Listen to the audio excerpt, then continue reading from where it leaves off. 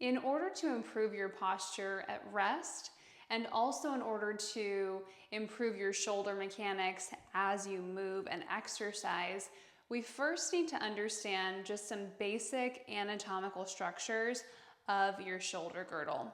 So the three main bones that we're dealing with are these collarbones here, your clavicles, the humerus bone, which is the upper arm bone, and how that fits into the shoulder socket.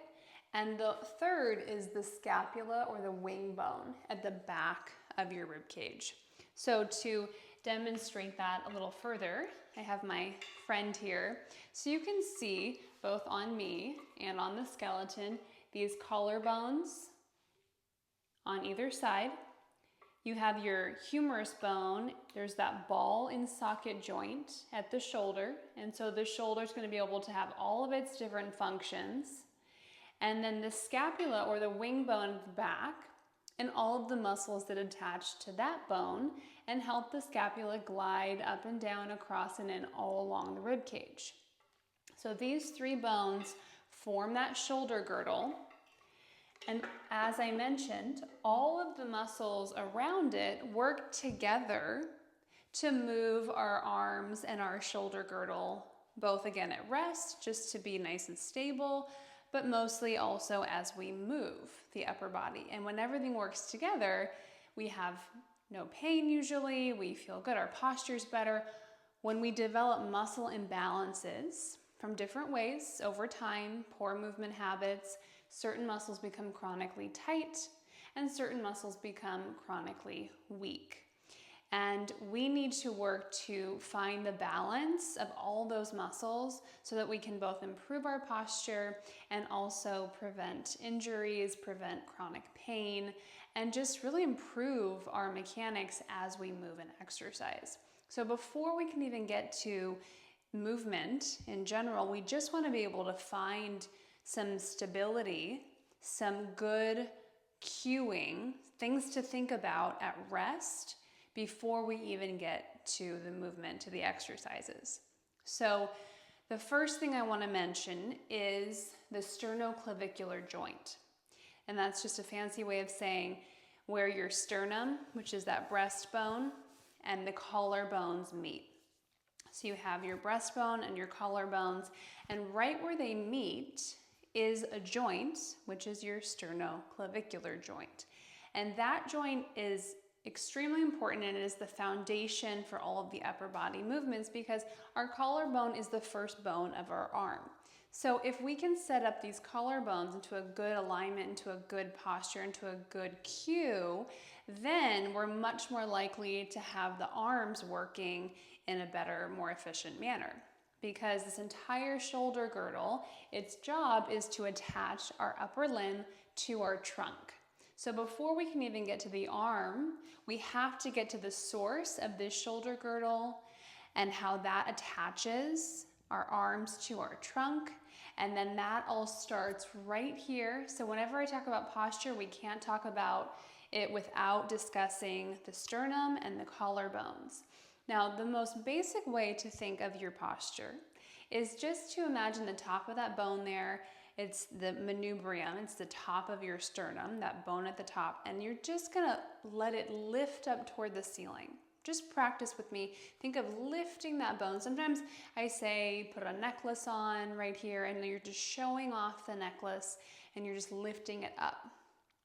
The second thing we can think about for these collarbones is to think of them widening, or sometimes we can think about them smiling up and in, and just being aware of those two things can make an enormous difference in our posture.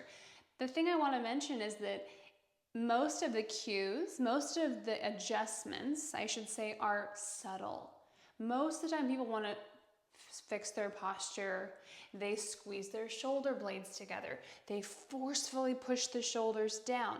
This is not the answer.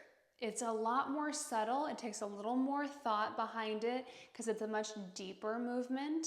It's not so forceful. It's more subtle. Once it clicks, those little light bulb moments start to go off. That's when the magic really begins. So a necklace lifting the sternum up, or widening the collarbones, letting them smile, Or thirdly, a little more of a dynamic cue, something to think about, comes from my mentor Mila Nova, and she explained it this way, which I loved, and it was that there are two keys. Imagine these collarbones are two keys, and they're inside of a keyhole, and we're gonna turn the keys backwards in the keyhole, in the lock, and then we're gonna pull the keys out of the lock. So think of that again. So there's this joint here, and when we have poor posture, it's a lot more three-dimensional than just a push down. It's rolling forward.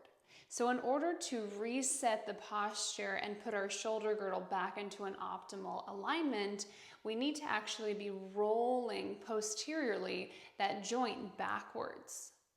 So the most dynamic cue, the most efficient cue to get the entire shoulder girdle in a good spot, think of those keys in a lock, turn the keys backwards and pull out. Watch from my profile just for the sake of seeing, and if I'm in a poor posture, I'm kind of hunching here, I'm not gonna think about my shoulders at all. I'm just gonna think of what I just said with those keys and watch what happens to my shoulders as I think of those keys going backwards and spreading wide. Do you see how my shoulders naturally start to align with my ears as I'm doing that posterior scroll and that widening motion of the shoulder blade? That puts me in this beautiful alignment, and I didn't even have to think about the actual shoulders at all. So there's no squeezing involved, no pushing down forcefully, subtly spreading the chest wide, flipping those keys, expanding in the collarbones. Yes, so those are 3 easy cues that you can think of to check on your posture multiple times throughout the day. Because the better you can find those positions at rest, the better you're going to be able to find them during movement. Now, if you are doing that and you're standing with your beautiful posture, you should start to notice these muscles on the sides start to get a little firmer, a little more awake, if you will. If you have poor posture, you don't really feel this that much. A little flabby maybe, a little soft. When you do the collarbone spreading and rotating, these muscles should start to kick in a little bit more.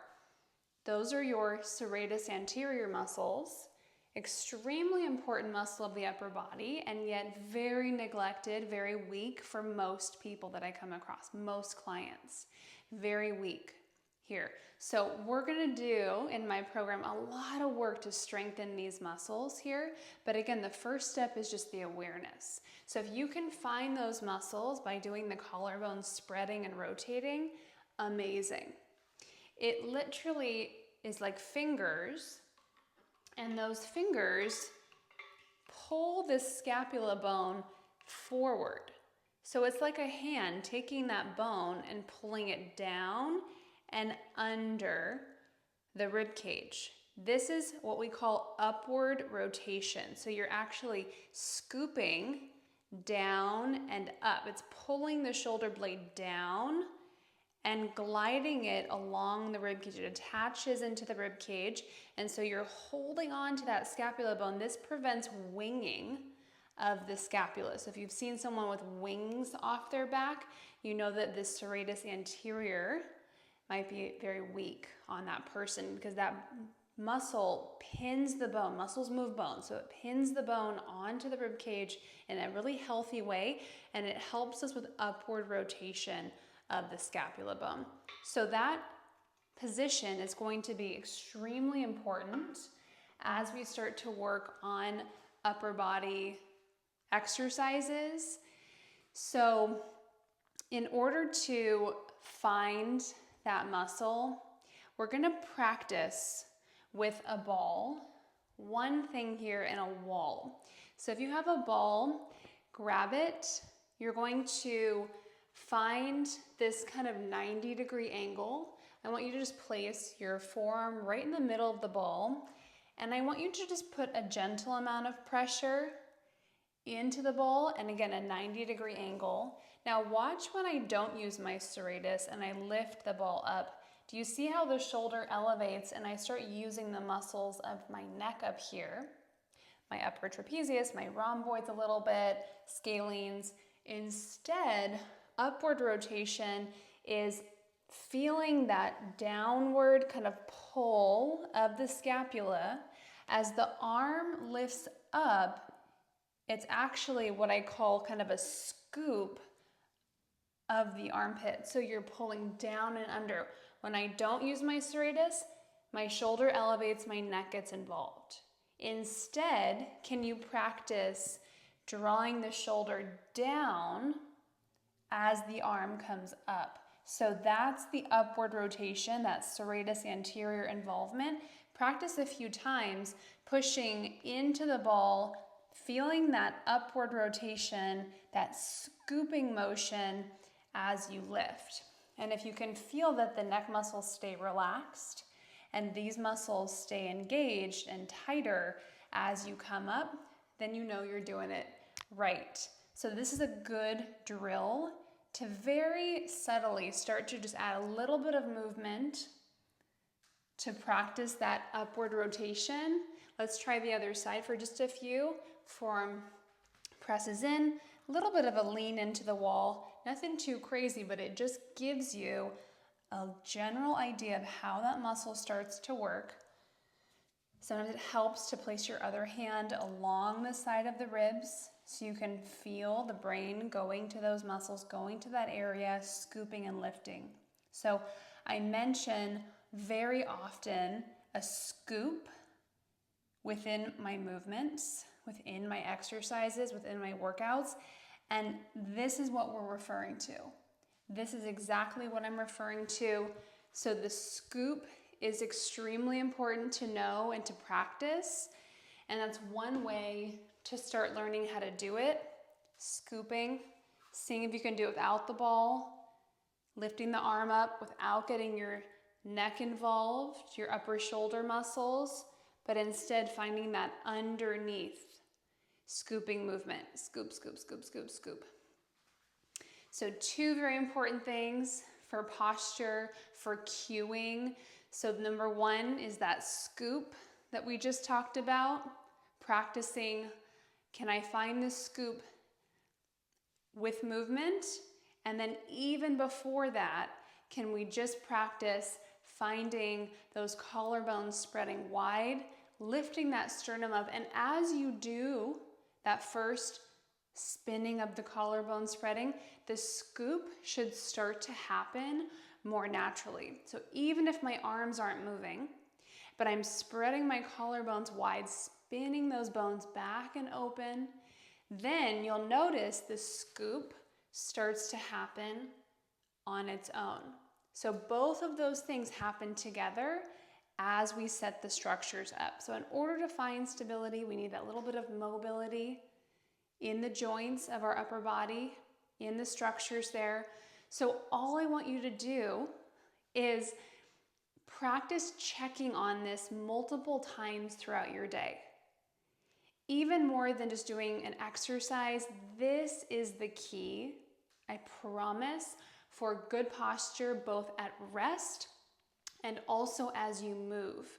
So being able to check on this multiple times throughout your day, when you're sitting, when you're standing, when you're in the car, can you check, reset multiple times so you're over time creating a good movement habit. You're breaking a bad pattern of poor posture.